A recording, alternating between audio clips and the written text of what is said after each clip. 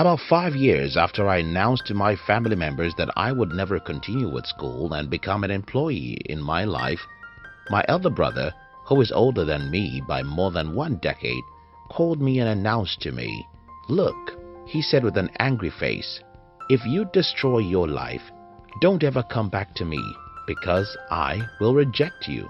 I smiled and told myself, if I don't take risk, dying building my business, won't I eventually die working for another man?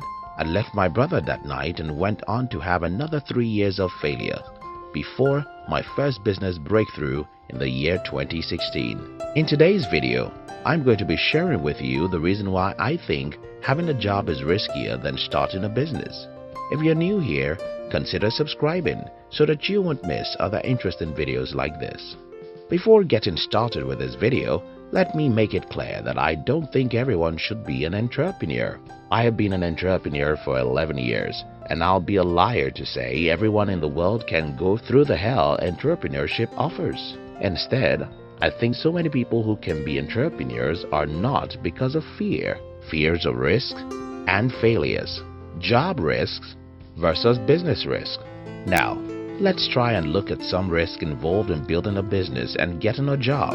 When we compare these two, maybe we will see how the job is riskier than starting a business. Only about 2 to 3% of businesses will ever succeed enough to make their owners rich. The very first thing to scare you away when trying to start a business is the fact that more than 90% of businesses will never succeed. This is scary. But look at it from this perspective. Only 1 to 2% of employees will ever get paid enough to make them live a good life. While most businesses will never succeed, most jobs will never give you enough money. So, what's the difference? To me, I don't see how getting a job is better in this sense. You need capital to start a business, but you don't need capital to start a job. Well, I have good news for you. Not good news. You also need capital to start a job. This is what most people in our society get wrong. They think it's harder to start a business because you need capital to start a business. Well, the same capital you need to start a job is the same capital you need to start a business, and that is knowledge and skills. Let me explain. I decided that I was not going to continue with my schooling in the year 2008. I left school and started resuming to the library. What I did here was very simple. I knew that I needed education, but the kind of education I needed wasn't the kind that school was built to give. Going to the library and reading books about entrepreneurship means that I was getting an education, just as most of my mates are getting an education at the university. So, what is the difference? In the university, my mates were taught how to be accountants, so that they can have the knowledge that could help them get good jobs. In the library, I was reading books about human relationships, leadership, negotiation, psychology, and stuff like that. Now, let's compare our results. With the certificate my mates get out of the university, some of them were able to get some jobs, others got good jobs, and a few got great jobs. With the knowledge I got from studying entrepreneurship, human relationship, psychology, negotiation, and so on, I was able to raise capital to start businesses. I need to explain something here. It took me a lot of time to master some of the skills I learned in the book. I had to practice, fail, make mistakes, and get rejected. I started by having little results, and with practice I began to have some good results, and I eventually hit a big break. Yes, the capital you go to the university to acquire, it's this certificate that will give you a job. The same capital is what anybody needs to start a business. Whenever people talk about getting capital to start a business, what they think about is money.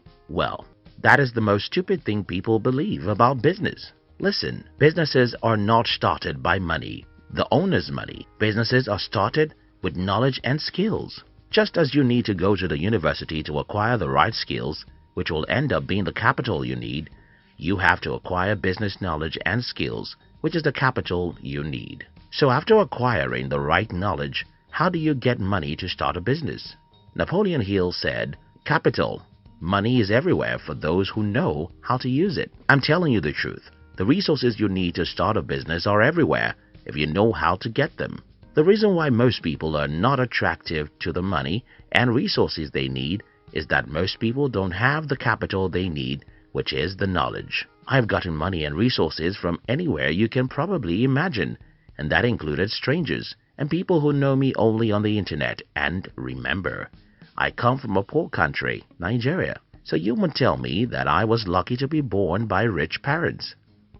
The capital you need to start a business is the same capital you need to get a job. That capital is called knowledge. What if my business fails? So far in this video, I've been trying to compare the risk of starting a business with the risk of having a job.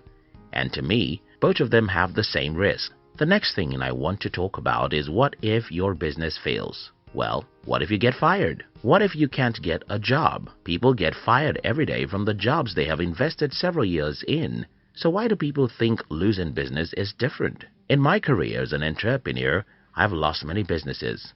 But to me, that wasn't different from some of my friends who lost their jobs. When you lose a job, what do? You start looking for another one. Maybe you'll get a good job, or you won't get on time. When you lose a business, what would you do? The same thing. Start looking for ways to start all over again. Is it more difficult to start again from scratch? Absolutely. But so is looking for another job after you've invested 1 decade of your life in a particular job. What if the economy is not good? Well, you're more likely to lose your job in a bad economy than to lose business. Yes, the profitability of a business can suffer during a bad economy, but oftentimes entrepreneurs are smart enough to have 2 or 3 businesses. Sometimes last year I had a problem with one of our businesses. Yes, it was painful and a few of my employees lost their jobs, but it rarely affected my personal life because I was still able to earn some money.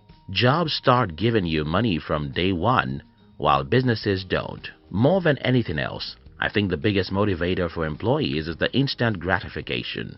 Jobs start giving you money immediately after you get one, while business may not give you any money in the next 5 years. This, I think, is the only advantage the job has over the business. But guess what? I would rather love to be in prison for 1 decade and spend the rest of my life as a king in the palace than to live all my life as a slave. In other words, I would rather live 5 years of my life as a poor, stupid, broke individual and then spend the rest of my life with massive wealth than to live all my life as an average person who lives from paycheck to paycheck. Again, let me remind you that this video was not made to claim that employees are less important than entrepreneurs. Instead, we make this video to challenge people who know that they were designed to be entrepreneurs.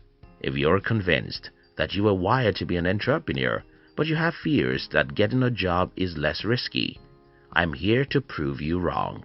Getting a job is riskier than starting a business because, as I have proved in this video, every single risk entrepreneurship entails is right there on your way to getting a job. Where entrepreneurship beats jobs is when you become successful. Even though both employees and entrepreneurs have to go through similar risks and uncertainty, when both of them succeed, one is 100 times richer than the other.